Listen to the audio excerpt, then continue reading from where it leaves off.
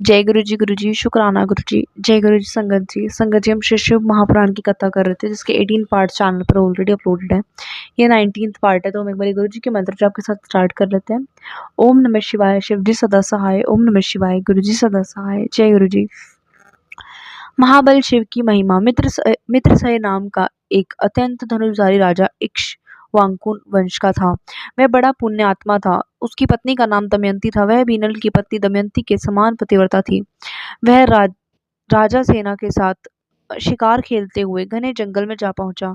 उसने देखा कि एक क्रमट नामक दानव महात्मा मंडप जी को व्याकुल कर रहा है। राजा ने बाण से उस दैत्य को मार दिया। उस दानव के छोटे भाई ने इस राजा से बदला लेने का निश्चय किया। वह क्रमट का छोटा भाई कपट वेश धारण करके राजा के यहाँ नौकरी करने आया। राजा से बोला कि मैं रसोई बहुत उत्तम बनाता हूँ।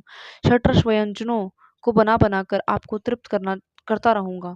राजा ने उसे अपना रसोइया बना लिया। इस प्रकार रहते हुए एक दिन राजा के घर गुरु जयंती का पर्व आया। राजा ने निमंत्रण गुरु वशिष्ठ जी को भेजा। गुरु देव नियत समय पर राजा के घर पहुंचे।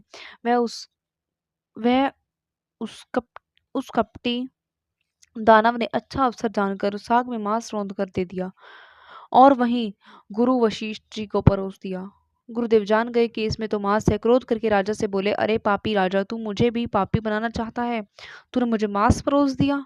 मैं तुझे श्राप देता हूँ कि तू राक्षस हो जा। यह कहकर पुनः वशिष्ठ जी सोचने लगे कि अरे, इसमें राजा का कोई दोष नहीं है, यह तो कपटी रसोइया का अपराध है। फिर प्रसन्न होकर राजा से बोले, राजन, तूने अपना रसोइया विचार कर नहीं रखा। यह तो दैत्य है, इसी का यह कार्य है। मेरा दिया यह श्राप तो हट नहीं सकता, परंतु तू 12 वर्ष तक राक्षस योनि में रहेगा। इतना कहकर गुरुजी चले गए।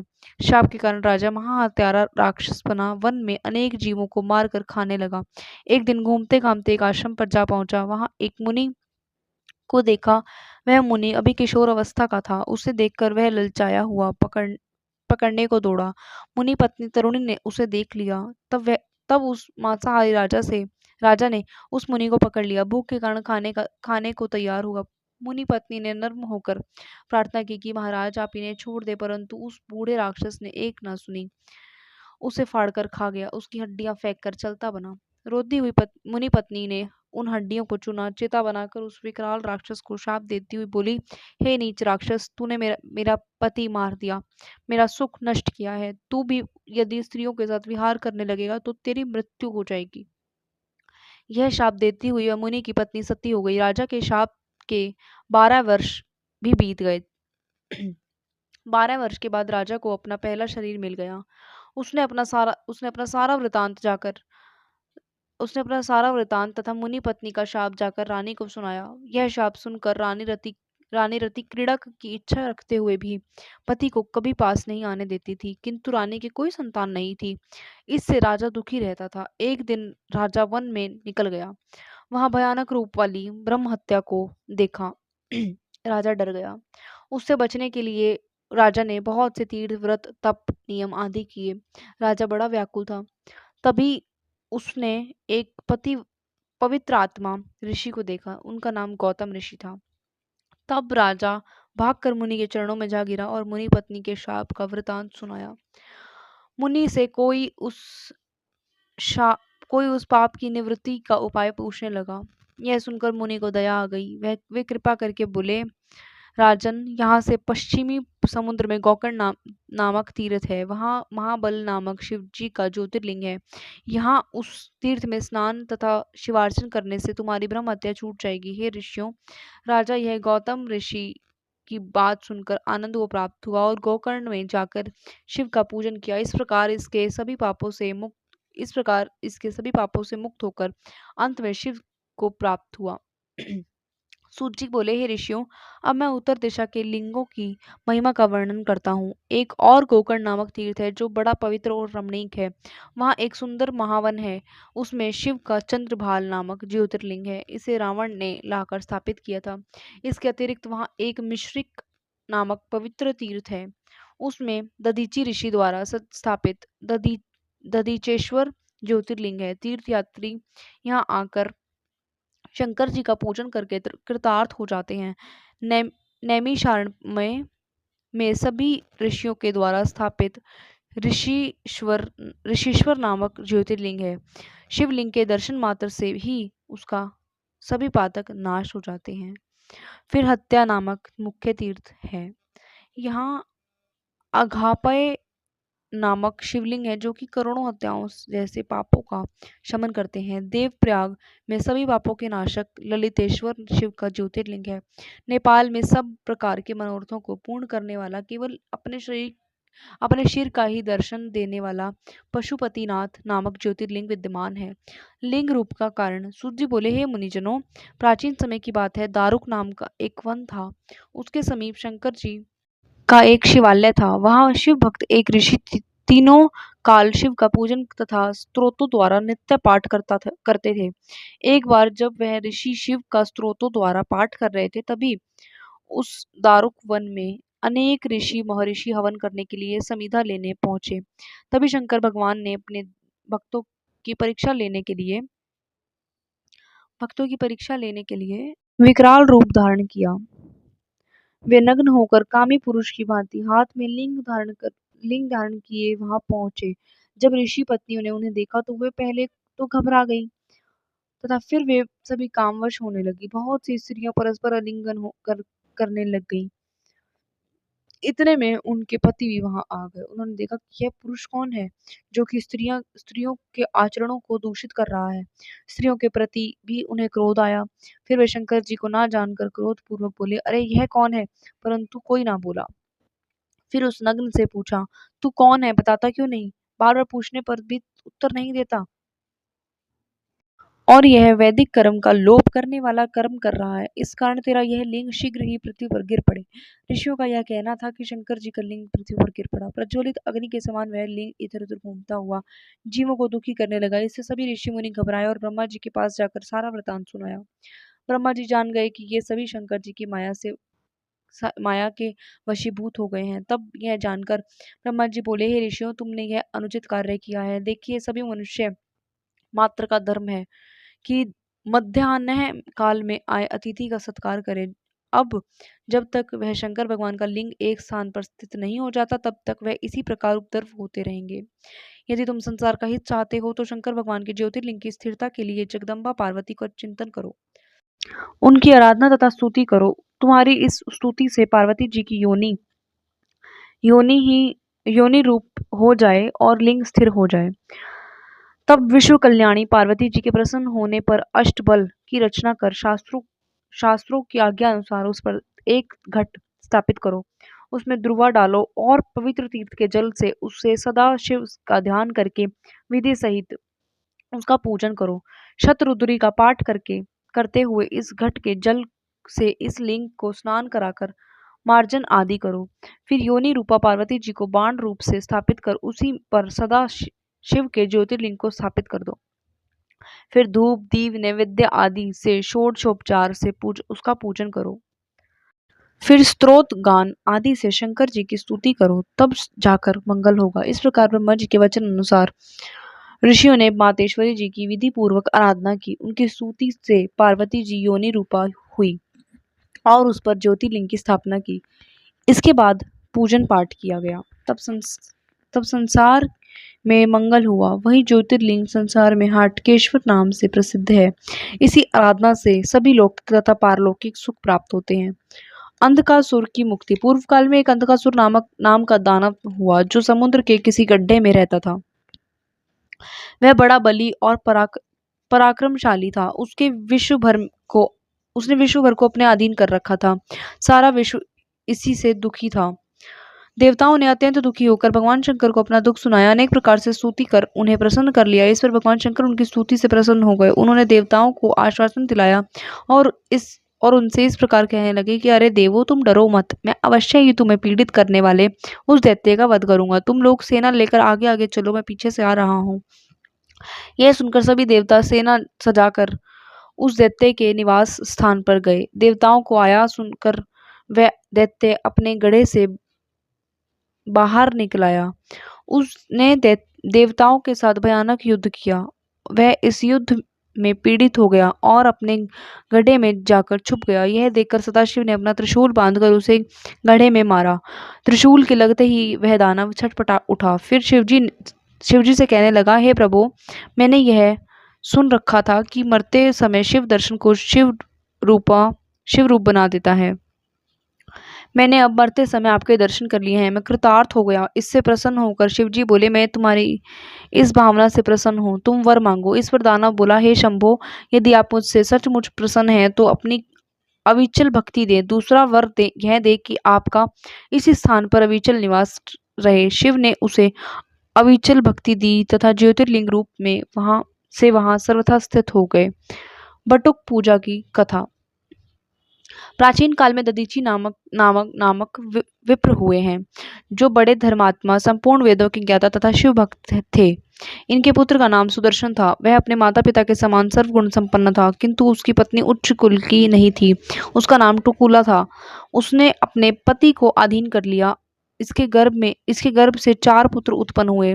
एक दिन सुदर्शन के पिता दधीची को अपने जाति वालों से मिलने के लिए किसी गांव में जाना था। तब उसने पुत्र को बुलाकर कहा कि हे पुत्र, मुझे किसी कार्यवश गांव में जाना है, तुम शिव का पूजन करो। इस प्रकार पुत्र को आदेश देकर दधीची चले गए। वहां कुछ समय के लिए उन्हें रुकना पड़ा। इधर सुदर्शन शिव पूजन करता रहा। कुछ समय बीत जाने पर शिवरात्रि का पर्व आया। इस पर्व को तो सभी नर नारी उपवास करके शिव पूजन करते ही हैं। सुदर्शन ने भी विधि पूर्वक भगवान शंकर का दिन में अर्चन पूजन किया। रात्रि में उसे कार्यवश घर में जाना पड़ा। वहां उसकी पत्नी ने उसे कामाक्षत कर लिया। फिर पत्नी के साथ काम क्रीड़ा में तत्पर हो बिना शुद्धि किए पुनः शिव पूजन करने लगा। सर्वांतर्यामी शिव ने यह सब जानकर उसे पाप दे दिया। अरे मूर्ख, आज शिवरात्रि के पर्व को भी तूने स्त्री के साथ काम क्रीड़ा करके बिना शुद्ध हुए ही मेरी पूजा की है। इससे तू मूर्ख हो जा।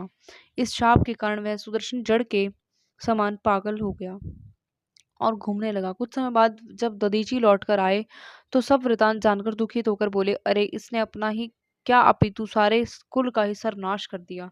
अब क्या किया जाए। फिर विचार कर जगदम्बा पार्वती जी की उपासना प्रारंभ कर दी। दधीची की अर्चना तथा भक्ति से जगदम्बा प्रकट हुई। तब दधीची की प्रार्थना के अनुसार पार्वती जी ने दधीची के पुत्र सुदर्शन को शिव के चरणों में पटकते हुए प्रार्थना की कि हे स्वामी, यह सुदर्शन को तो मेरा पुत्र है। यह कहकर उसे यज्ञोपवीत धारण कराकर 16 अक्षरों वाले शिव गायत्री मंत्र की दीक्षा दी। तब मातेश्वरी गिरिजा की कृपा से सुदर्शन ने मंत्र के उच्चारण पूर्वक शिव का पूजन किया। इस प्रकार शिव पूजन से सदाशिव प्रसन्न हो गए और सुदर्शन से बोले, हे वत्स, मैं तुझसे प्रसन्न हूँ। मेरी तुम पर पूर्ण कृपा है। मेरे में समर्पण किए हुए धन, धान्य, घृत, तेल आदि सभी पदार्थ तेरे लिए हैं। तुम इन सब का उपभोग कर सकोगे। तुम सदा त्रिपुंड धारण किए हुए शिव संध्या गायत्री जप करता हो जाओ। मैंने तेरे सभी अपराध क्षमा कर दिए हैं। इस प्रकार कहकर भगवान शंकर ने सुदर्शन तथा उसके पुत्रों का भी बटुक रूप में अभिषेक किया। फिर बोले, हे पुत्रों, तुम में जो भी पूरा बटुक रूप होगा वह विजय पाकर संसार में पूजनीय होगा।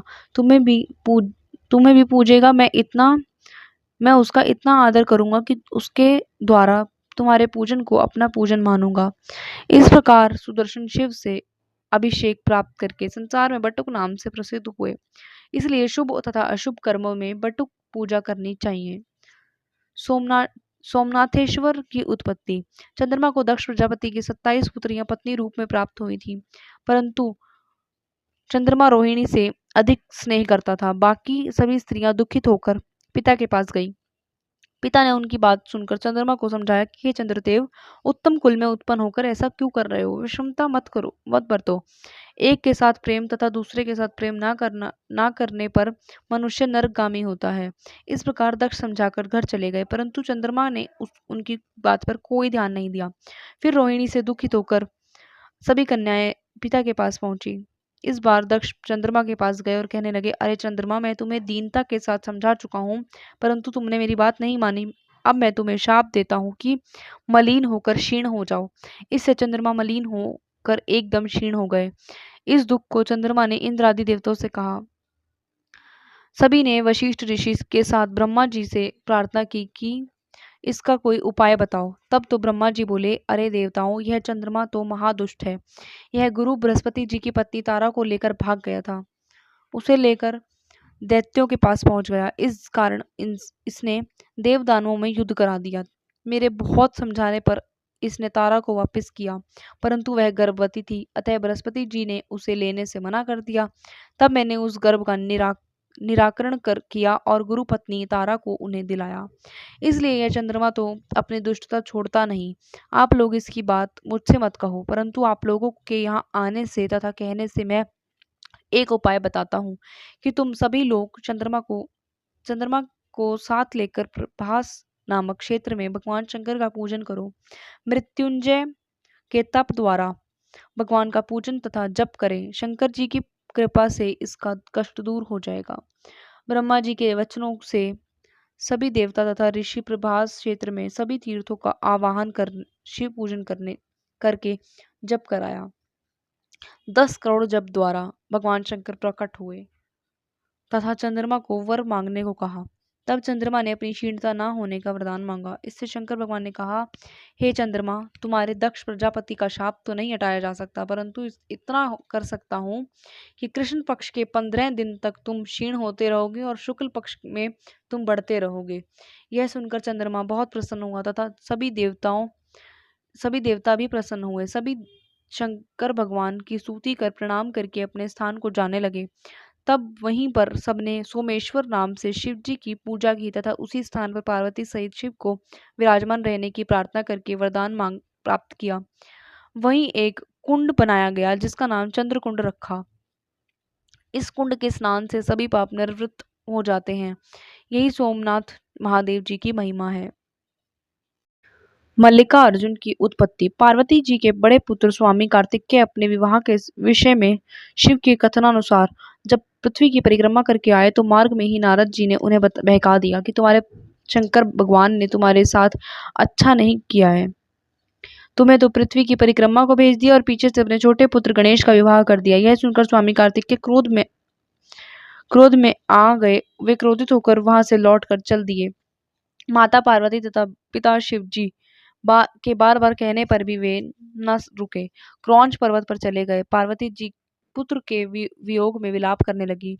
शिव जी भी मनुष्यों की भांति दुखित होकर क्रौंच पर्वत पर उन्हें लिवाने गए। शिव पार्वती के आगमन की बात सुनकर वे वहां से 100 योजन और दूर चले गए। कुमार का वहां से चले जाना सुनकर शंकर जी वहां ज्योतिर्लिंग रूप से विराजमान हो गए। तभी यह लिंग मल्लिकार्जुन नाम से प्रसिद्ध है।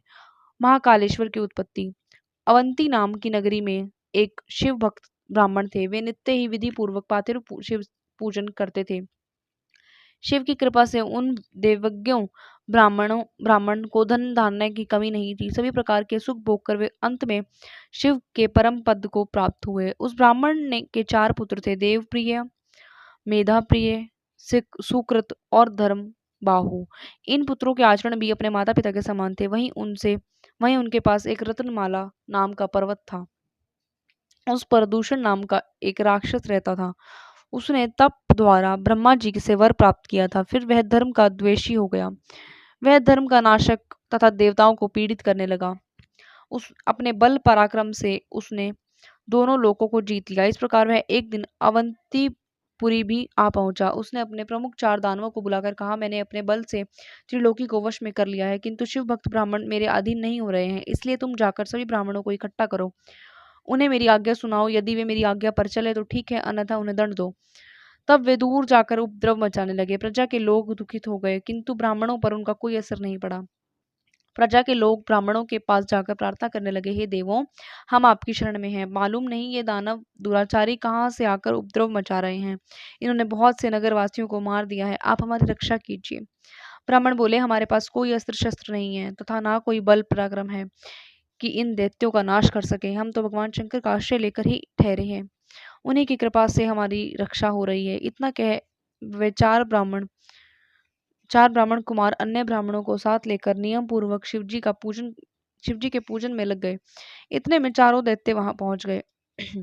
सभी नगर निवासियों तथा ब्राह्मणों को देखकर कहने लगे कि इन्हें पकड़ लो, मारो मारो। किंतु ब्राह्मण तो निर्भय होकर शिव पूजन में लगे रहे और प्रजा के लोग भागने लगे। दानवगण ज्यों ही उन ब्राह्मणों को पकड़ने के लिए आगे बढ़े, त्यों ज्यों ही पार्थिव लिंग के नीचे की भूमि भयंकर शब्द से फट गई। शंकर भगवान वहां भयंकर शब्द करते हुए प्रकट हो गए। उन्होंने अपने हुंकार शब्द से ही सभी दैत्यों को तथा सेना को और दूषण नामक महादैत्य को भी मार डाला। भगवान के इस अद्भुत चरित्र को देखकर सभी मुनिगण तथा देवता प्रसन्न हुए। आकाश में पुष्पों की वर्षा करने लगे। फिर ब्राह्मण पुत्रों से वरदान मांगने लगे कि मांगने को शिवजी ने कहा। ब्राह्मण बोले, स्वामिन, आप हम पर प्रसन्न हैं तो हमारा आवागमन छुड़ाकर अपने चरणों में स्थान दीजिए। इस जगह पर आप सदा निवास कीजिए तथा सभी की मनोकामनाएं पूर्ण कीजिए। इस प्रकार सदाशिव उन ब्राह्मणों को मनोवांछाएं सिद्ध कराते हुए महाकालेश्वर के नाम से वहां विराजमान हुए। यह महाकालेश्वर भगवान सभी दर्शनार्थियों के दुख दूर करते हैं तथा पूजन करने पर सभी पापों का नाश कर मनोकामनाएं पूर्ण करते हैं। संगत जी, आज के लिए बस इतना ही। जय गुरु जी, शुक्राना गुरु जी। ओम नमः शिवाय। शिव जी सदा सहाय। ओम नमः शिवाय। गुरु जी सदा सहाय। संगत जी, अगर आपको शिव पुराण पढ़ने में थोड़ा भी इंटरेस्ट आ रहा है तो प्लीज़ वीडियोस को लाइक कीजिए, एंड जिनका आप चाहते हैं शिव जी कल्याण करें सावन के महीने में, उनको प्लीज़ ये वीडियो शेयर कीजिए एंड चैनल को सब्सक्राइब कर लीजिए, ताकि आपको वीडियोज़ अपलोड होते ही, शिव पुराण की वीडियोज़ अपलोड होते ही आपको नोटिफिकेशन मिल जाए एंड आप तभी वीडियोज़ को सुन पाएँ। जय गुरु जी, शुक्राना गुरु जी।